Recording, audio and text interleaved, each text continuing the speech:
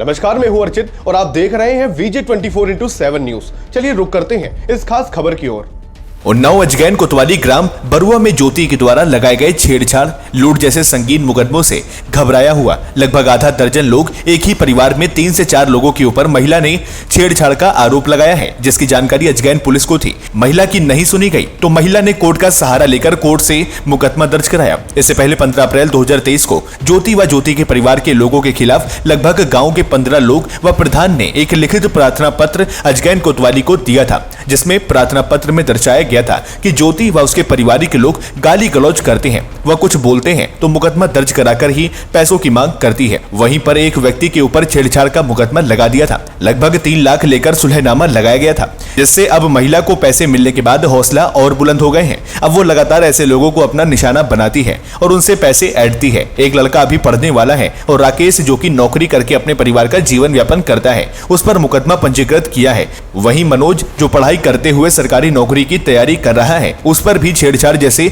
व लूट जैसे आपराधिक मुकदमे लिखवा रही है। इस महिला की वजह से राकेश, मनोज व अन्य लोग घबराए हुए हैं। उनका कहना है कि मैं शासन प्रशासन से निवेदन करता हूं कि कृपया इस महिला के बारे में जानकर उचित कार्रवाई करें, जिससे इस महिला से इनका पीछा छूटे। आपराधिक प्रवृत्ति की डाल देती, जैसे छेड़छाड़ या लूट का इस तरह के सारे मामले डालने के बाद वो डाल के मुकदमा पंजीकृत कराती है और पंजीकृत कराने के बाद सिर्फ उन लोगों से पैसा ऐंठना उसका मेन मुख्य उद्देश्य है, जिससे यहाँ पे कई युवक पीड़ित हैं और वो उस युवती से बचने के लिए पुलिस के पास शरण जाते हैं। मगर क्योंकि हमारा ये इस समय जो योगी महाराज हैं, उनके द्वारा ऐसे महिलाओं के लिए बहुत सारी सुरक्षा के अधिनियम के तहत सारी चल रहे हैं, जिसके तहत उसका वो नाजायज फायदा उठा रहे। जिसके तहत होता क्या है कि पुलिस भी मजबूर है और उसको मजबूरन महिला का पक्ष सुनना पड़ता है और उसके तहत छेड़छाड़ जैसे आपराधिक मामले लगा देते हैं। लगाने के बाद होता क्या है कि उसमें जो एक पढ़ने लिखने वाले या एक ऐसे परिवार जो रोजी कमाने खाने वाले लड़के हैं,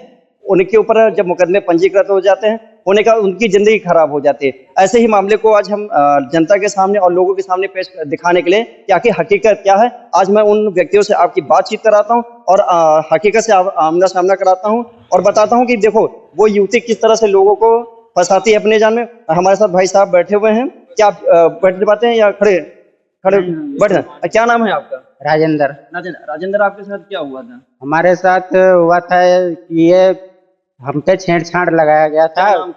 ज्योति। अच्छा, ज्योति। और पैसे का लेन देन था और लड़ाई का, हमारे घर पे जाके लड़ाई की है। उसके बाद में छेड़छाड़ 12 साल हमारे पे केस चला।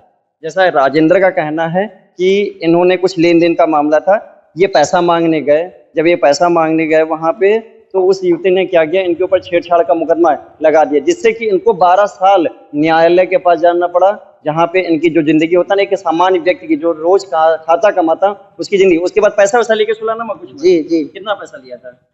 पैसा हमारे पिताजी को मालूम है, उनसे वो पेमेंट किए थे। अरे वही जब आपके पास छेड़छाड़ लगा तब से आप पैरों से विकलांग है या पहले? अभी 2 साल पहले अभी हमारा एक्सीडेंट हो गया। अच्छा, 2 साल पहले। जैसा इनका कहना कि 2 साल पहले इनका विकलांग भी हो गए हैं, ये चल नहीं पाते। इनका कहना कि 12 साल के बाद केस वो हुआ। अब वो पिछले 12 सालों से ये इस तरह से स्ट्रगल कर रहे थे। वो देखिए, मतलब एक युवती ने पूरे गांव को इस तरह से परेशान कर रखा है कि युवक परेशान है इस युवती से। अब रीजन है कि थाना अजगैन जो यहाँ पे नियरेस्ट थाना अजगैन पड़ता है, वो जानती है मगर मजबूर है, क्योंकि वो लड़की सीधे कोर्ट से मुकदमा लिखवाते हैं। 3 भाइयों पे लगा, हमारा भाई विनोद और मेरा छोटा भाई महेंद्र, तीनों लोगों पे छेड़छाड़ लगाया गया था। तो सुलह हो गया कि? हाँ, सुलह पैसे लेके सुलह किया है। फिर भी कुछ है अंदाजा कितना पैसा लिया होता है? पैसा का अंदाजा हमारे पिताजी को मालूम है, कह रहे तभी लिया है। कुल मिला के इनका जो कहना है वो मैं आपको बताना चाहता हूँ, सिर्फ मुख्य उद्देश्य है पैसा। अगर वाकई में छेड़छाड़ हुआ था या कुछ आपराधिक प्रवृत्ति तो उसको पैसा लेके सुलह नहीं लगाना चाहिए था। यानी कि कुल मिला के कुल उद्देश्य यही है, सिर्फ पैसा। ऐसा एक और मामला हमारे यहीं पे गांव के निवासी हैं, इनसे हम बात कराते हैं, ये भी अपनी बताएंगे इनके साथ क्या बीता। आप क्या नाम है आपका? मनोज कुमार। मनोज, आपके साथ क्या हुआ? मेरे साथ ये हुआ है कि ज्योति डॉटर ऑफ राधे, ये जो लड़की है मतलब है लड़कों को फर्जी मुकदमों में फंसाती रहती है। इसने मेरे पर भी एक मुकदमा किया है, कई सारे जो है एप्लीकेशन मानवाधिकार महिला आयोग से डलवाई है। ये मुझे कम से कम मेरे ऊपर समथिंग 50 जो है एप्लीकेशन डलवाई है। मैं कोर्ट कचहरी के चक्कर लगाते लगाते थक गया हूँ। मेरी जो अपील है सरकार से कि इस महिला के जो है विरुद्ध कोई कानूनी कार्रवाई करे। ये जो महिला है अपने जो सरकार महिलाओं के प्रति जो सुरक्षा कानून बना रही है, ये इसका जो है फायदा उठा रही है। जैसा इन मनोज का कहना है कि वो महिला सुरक्षा के लिए मेरे खिलाफ भी इसने मुकदमा दर्ज किया है 379, 523, 323 और 504 का।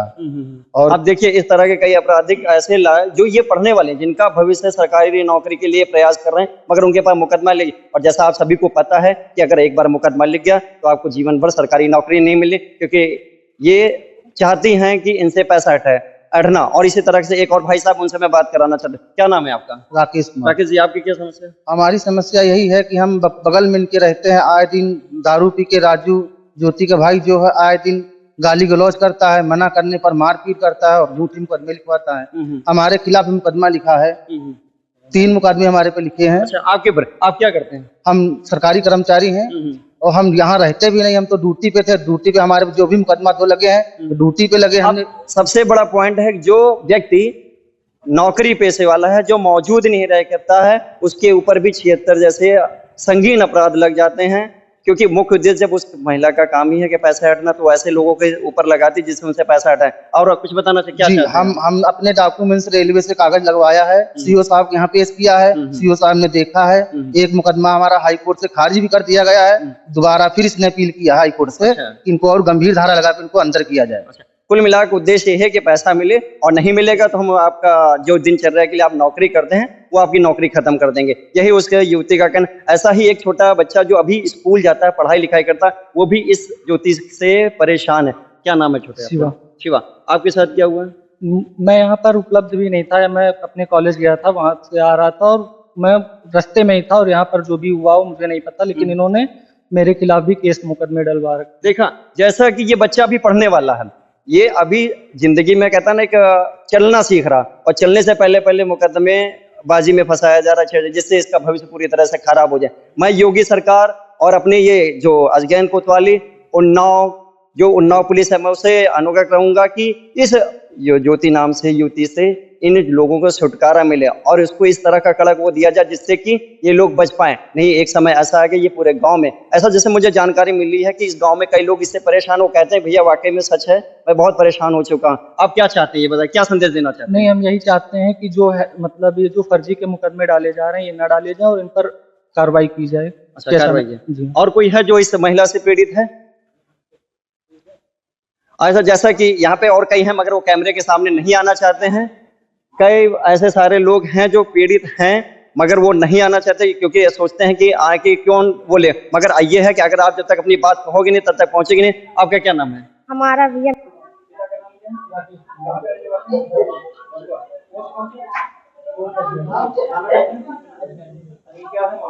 मामला तब ये है कि मैं शुक्रवार को करीबन 10 बजे मैं दूसरे वाले घर पर था, और यहाँ पर इन लोगों ने गाली किया हो, गाली को मारा, उसके बाद मुझे कपड़े काट के खाने में, और उसके बाद वहाँ पर जाकर लिखा में खुद से लिखाया है, और कुछ भी है, उन्होंने काफी खाना भी लिखाया था। क्या नाम है?